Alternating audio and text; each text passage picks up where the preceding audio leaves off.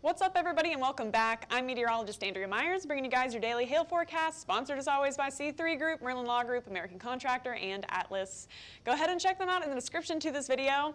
Thanks for joining a little late. Our graphics system had an update that broke everything, so we had to fix that before we came to our, live show here. But Denver, yes, we're talking to you guys. Had a 4-star map yesterday. We're going to recap all the major hail.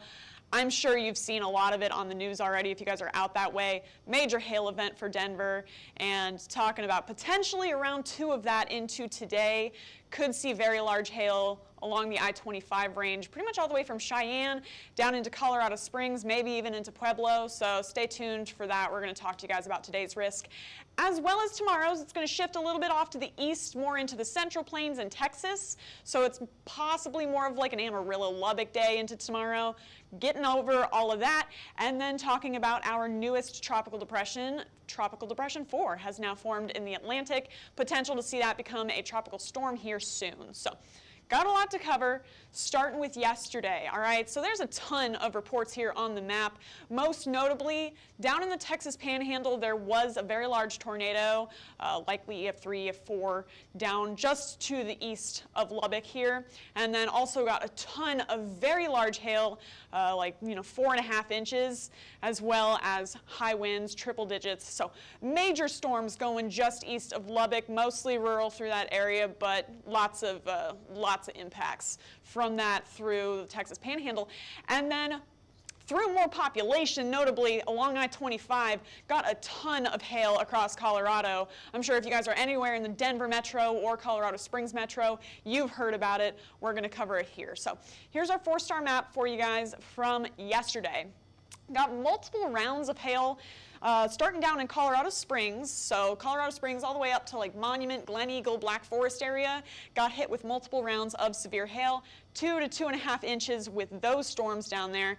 Then moving on up into Denver proper, got a couple of swaths moving through that produced, quarters, half dollars, even up to golf balls through the south side of the city. And then Evergreen specifically got golf balls up to 2 inches as that moved out of the city. So lots of areas got hit with very large hail into yesterday. 2 inches was the max size on this guy, and then more out in the eastern rural parts of Colorado got baseballs. So big day for Colorado hail yesterday, 4-star map out of that. And again, our hearts do go out to the people in Red Rocks Amphitheater, hoping you guys are okay. And today's definitely another day to be paying attention to your weather if you guys are anywhere through the metro. So 278,000 homes impacted by yesterday's storms. If you guys do want to purchase that map or check it out if you're already a subscriber, it's called Colorado Springs, Denver, Morrison, Colorado Hail. And you can get access to that by clicking the banner up above me, the QR code there, or clicking the link in our description if you don't have our products yet. So that's yesterday. Into today, for South Texas, or I guess West Texas here, we've got this one system that's tracking down kind of like yesterday. We saw it moving off towards the east through Oklahoma City. Now a similar system tracking through the Texas and Oklahoma panhandles right now.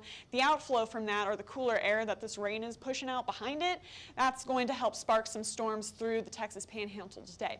Should be more scattered down that way for this afternoon. But if you guys are up through the Colorado and Wyoming Front Range area, again, got more chances to see some hail moving through. Should start up in the next few hours here. Already seeing some showers picking up in the mountains.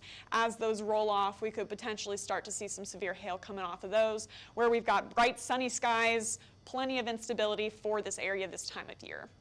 Then also don't want to forget Florida. We have some storms going on through the panhandle right now, or the peninsula right now, sorry, down through like Orlando and Tampa.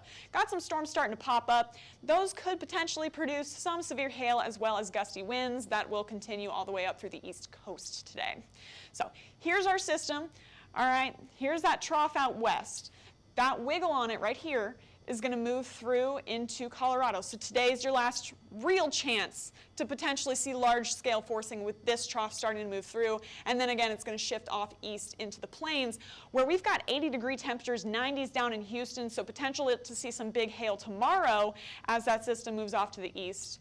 But we're still in the 70s right now in Denver, very nice and warm, and we've got those higher dew points. You don't see dew points like this often in Denver this time of year. So mid-50s all the way across the Front Range, working our way a little bit further up towards 60 once you move towards Greeley and out east. So this corridor where you have the highest dew points is probably where we'll see our largest hail, but we could still see some pretty large hail through anywhere from Fort Collins down into Colorado Springs today, where those mid-50-degree dew points are right now.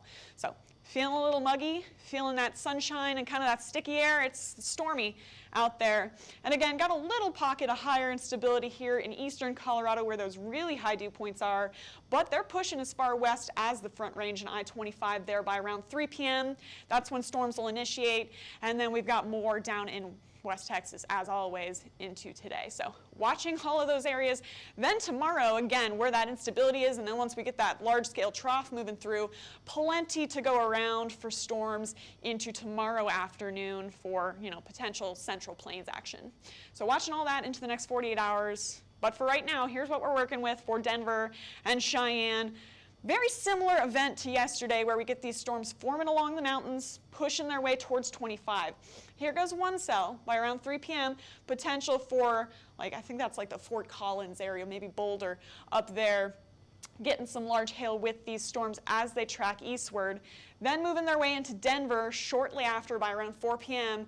And again, still large hail on the board. When you get these isolated storms here with that instability, with those dew points and that heat, it's got a potential to produce, again, large hail like we saw yesterday. So watching these storms pushing their way towards I-25 by 4 Central. So this will be 3 p.m. Eastern or Mountain Time for you guys out in Denver, okay? So that's going to continue to track off to the east, and then potential to see cells now moving down southwards, more towards like Monument, Colorado Springs, maybe Fountain, as they track off that way. And if you guys are just north of Cheyenne, you got plenty of coverage of storms tracking through from between 4 and 7 p.m. and lots of scattered stuff happening out in the plains as well. As all of that tracks off to the east, we'll see multiple complexes potentially producing some severe winds later on in the night, but really watching this afternoon and evening for that large hail in the Front Range. For Texas, it's just going to be very scattered today. There's a few storms that could potentially produce some big hail, 2.5 inches through Texas and New Mexico, like that very little corridor right there. Then a couple near San Angelo, maybe some in East Texas. Again, it's going to be very scattered, so we're going to have to keep everybody on the low end chances because storms are few and far between down that way. But then seeing things pick up again potentially tomorrow. More coverage for you guys down in Florida.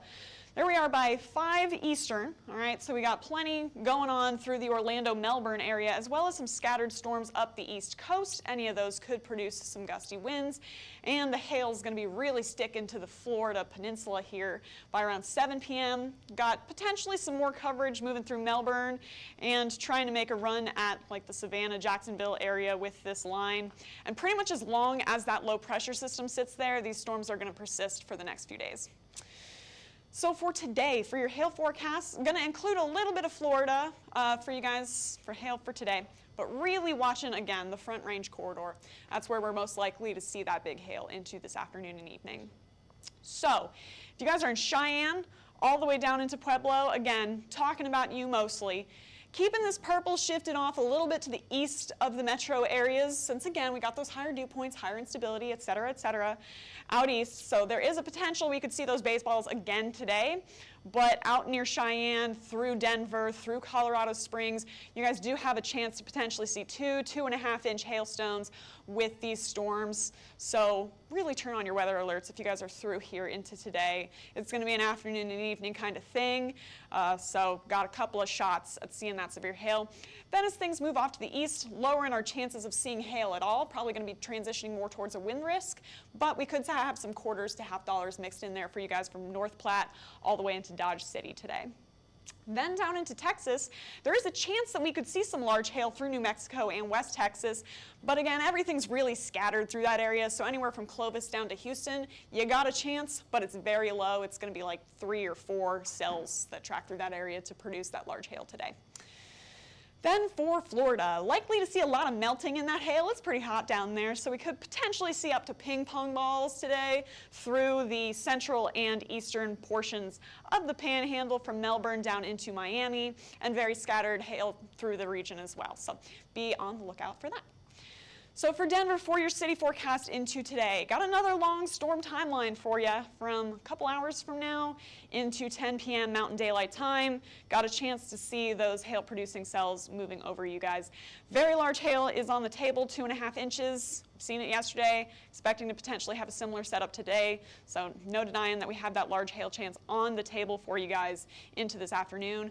And you got a good chance of seeing severe hail overall, at least some quarters through the area along I-25. And you still got a good shot at seeing that large hail into today. So stay tuned. We'll post on our stories. And again, we did go live on TikTok yesterday, so follow us at HailTrace on TikTok for our live coverage for any storms that happen through the region. Now into wind, all right? So we got now more of the East Coast covered with more of those scattered storms, and then extending it a little further westward into Wyoming for some stragglers that are moving through that area. But Cheyenne and Denver have the best shot to see potentially some gusty winds with those cells tracking through, and then anywhere from North Platte pretty much all the way down into Houston. Again, you got a chance to see a scattered wind gust or 2 here and there into this afternoon and evening, but low end chances across the board there. And pretty much a similar story for the East Coast. There's a lot of storm coverage, but any severe wind gusts are going to be few or far between. You might see, some high winds here and there, but anything exceeding 58 miles an hour is going to be pretty scattered. So from Norfolk down into Tampa and southward towards Miami, you got a low end chance to see severe winds there. Tornado risk is staying limited to this part of the East Coast, pretty much from Georgia all the way into Virginia, as well as parts of the Front Range there. So again, Cheyenne, Denver, Pueblo, all the way down into now Tucumcari, New Mexico. You guys have a chance to see potentially some rotating storms, get a few tornadoes dropping through the Front Range and out into the eastern parts of Colorado, Wyoming. Then off into the mid-Atlantic here, same story, potential to see a very scattered tornado or 2, tracking from all the way from Norfolk down into Savannah, Georgia. Then into tomorrow, things are going to be pretty scattered initially today, but then into tomorrow, we could potentially see more storms developing by around 6 p.m. Central through the Texas Panhandle here. Get a couple of those producing some large hail. Then as they track off to the east now, we're going to see more complexes forming as things make a run through Childress into the Wichita Falls area. Now we've got a chance for some smaller hail as well as some gusty winds before those finally track eastward. DFW, you guys might get some early morning windstorms and heavy rain moving through into your Saturday. Then into the central and northern plains, got a little bit more storm coverage. So through South Dakota and Nebraska, got some cells developing here by around 5 p.m. Central. Got a chance for hail off of those as well as some strong winds. And then we could have a flicker of things through, the western parts of Kansas and the far northeastern parts of Colorado. They do stay isolated, so there is a chance that you could see large hail on anything that develops through this corridor, through Nebraska, through western Kansas, through Colorado. So then watching that complex track off to the east through the, Omaha area into Saturday morning, waking up to some strong winds for you guys, and then we're into Saturday. So for tomorrow, looking at possibly 2.5 inches of hail anywhere through pretty much Wyoming down into the Texas Panhandle once again. So Rapid City and North Platte, you got a good chance of seeing anything that initially develops through that corridor and then stays isolated. That's where you have a better chance of seeing severe hail there. Casper and Cheyenne, you're a little bit far west, but pretty much this corridor is where we have the best instability to see that large hail. And then down through Amarillo and Lubbock, things could potentially form that way, but again, it's going to be a little bit more isolated than what's going to be up north. So we're really going to have to watch the placement of storms down through the Texas Panhandle. 2.5 inches is still expected through that region, though.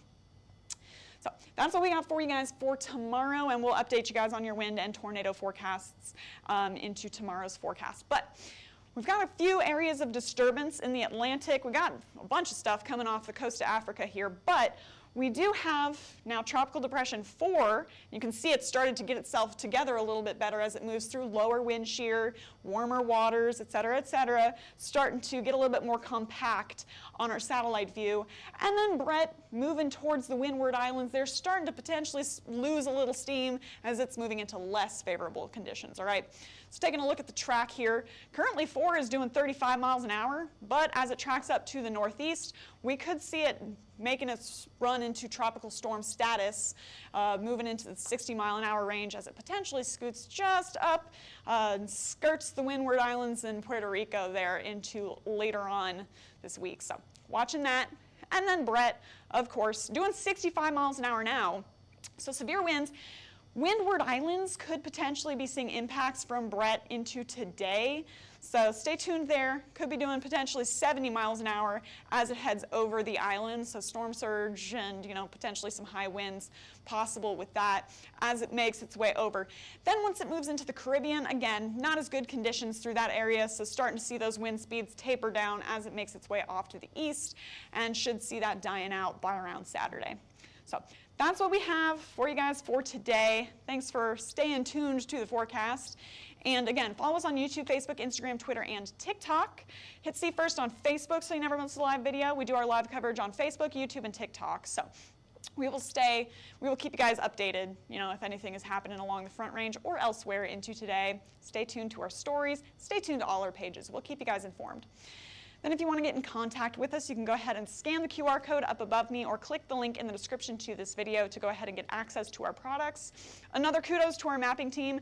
They are on every single report that comes in. So every single severe weather report is analyzed by a person that then goes and maps it or not based on how it looks on radar.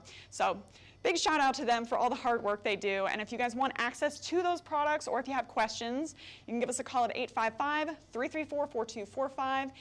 Email us at info@hailtrace.com or check out hailtrace.com for more details. And for now, I'm meteorologist Andrea Myers. Thanks for watching.